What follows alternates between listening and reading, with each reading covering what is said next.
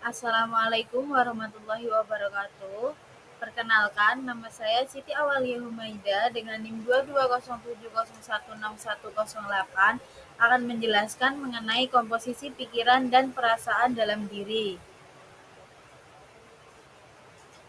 Bahasan kita ada 3. Yang pertama ada pengertian pikiran, yang kedua ada pengertian perasaan, yang ketiga ada komposisi pikiran dan perasaan dalam diri. Yang pertama ada pengertian pikiran. Pikiran berasal dari kata dasar pikir.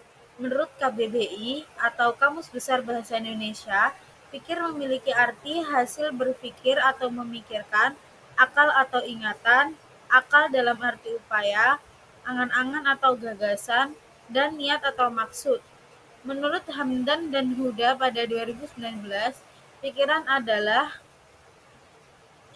proses pengolahan stimulus yang berlangsung dalam domain representasi utama, sedangkan berpikir adalah aktivitas mental manusia.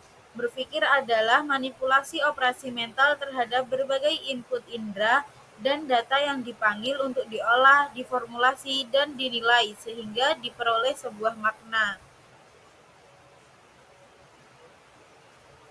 Yang kedua, ada pengertian perasaan.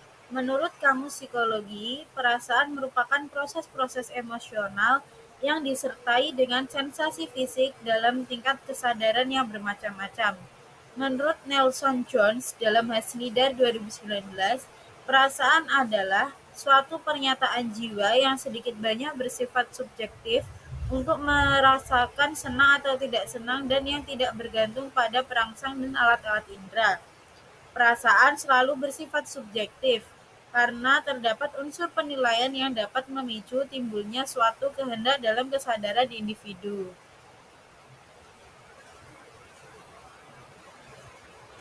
Kemudian yang ketiga ada komposisi pikiran dan perasaan dalam diri. Menurut James 1902, dalam Jesserlit 1954, dalam Ash'ari et al. Pada 2014 mengatakan diri adalah komposisi pikiran dan perasaan yang menjadi kesadaran seseorang mengenai eksistensi individualitasnya, pengamatannya tentang apa yang merupakan miliknya, pengertiannya mengenai siapa dia, perasaan tentang sifat-sifatnya, kualitasnya, dan segala miliknya.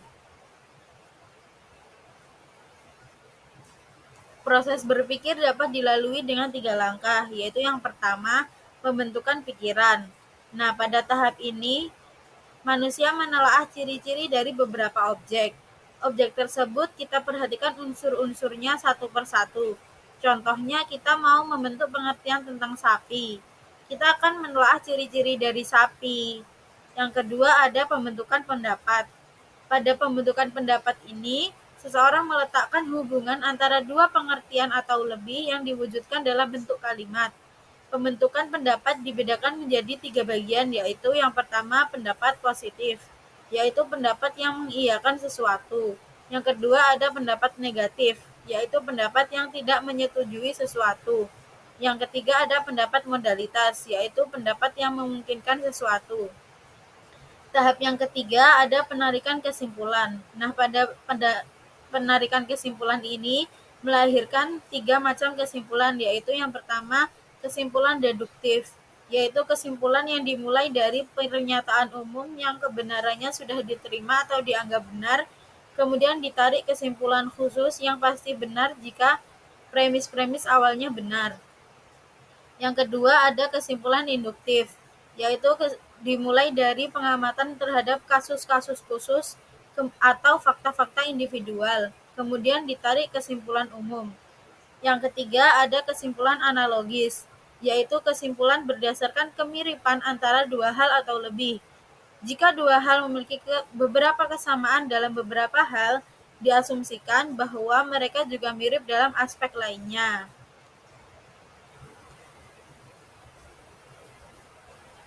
Kemudian berpikir dalam psikologi terbagi menjadi 2. Yang pertama ada berpikir tanpa arah atau non-directed. Biasanya juga disebut dengan berpikir asosiatif atau associative thinking. yaitu sebuah proses berpikir saat sebuah ide dapat merangsang munculnya ide lain. Jalan pikiran dalam proses berpikir asosiatif tidak ditentukan arahnya sebelumnya, sehingga ide-ide muncul secara bebas. Nah, terdapat beberapa jenis berpikir asosiatif, yaitu yang pertama asosiasi bebas. Satu ide akan memunculkan hal lain tanpa ada batasnya. Contohnya ide tentang makanan dapat merangsang hal yang lain seperti warung makan, orang-orang kelaparan, atau jenis makanan tertentu. Yang kedua ada asosiasi terkontrol, yaitu ide tertentu mengenai hal yang lain dalam batas-batas tertentu. Contohnya ide mengenai memancing. Hanya akan muncul ide-ide lain yang hanya berkaitan dengan memancing, seperti umpan, tempat memancing, atau jenis-jenis ikan yang mungkin dipancing. Yang ketiga ada melamun, yaitu menghayal bebas tanpa adanya batasan termasuk hal-hal yang tidak realistis. Yang keempat ada mimpi, yaitu hal yang timbul secara tidak disadari pada waktu tidur. Yang kelima ada berpikir artistik, yaitu proses berpikir yang sangat subjektif. Jalan pikirannya dipengaruhi oleh pendapat dan pandangan pribadi tanpa memperhatikan kondisi di sekitarnya. Nah, berpikir artistik ini itu sering dilakukan oleh para seniman dalam menciptakan karya-karyanya.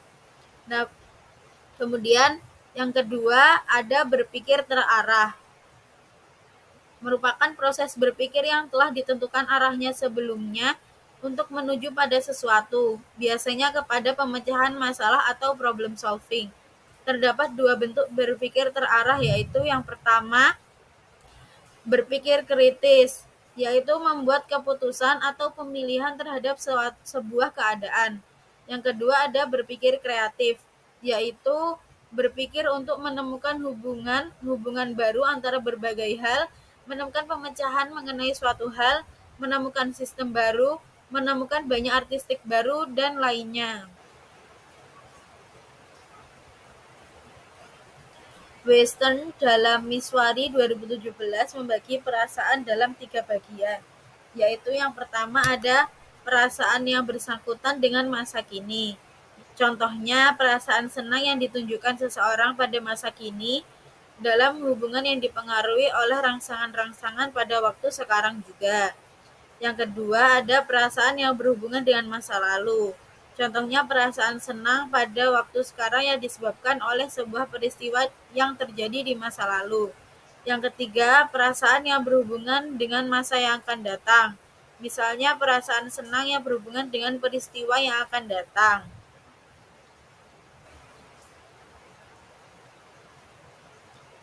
Sedangkan Sumadi Suryabrata dalam Mishwari 2017 membagi perasaan menjadi beberapa bagian, yaitu yang pertama perasaan indriya, terdiri atas perasaan keinderaan atau sensoris, yaitu perasaan yang timbul dari panca indera kita ketika menerima rangsangan.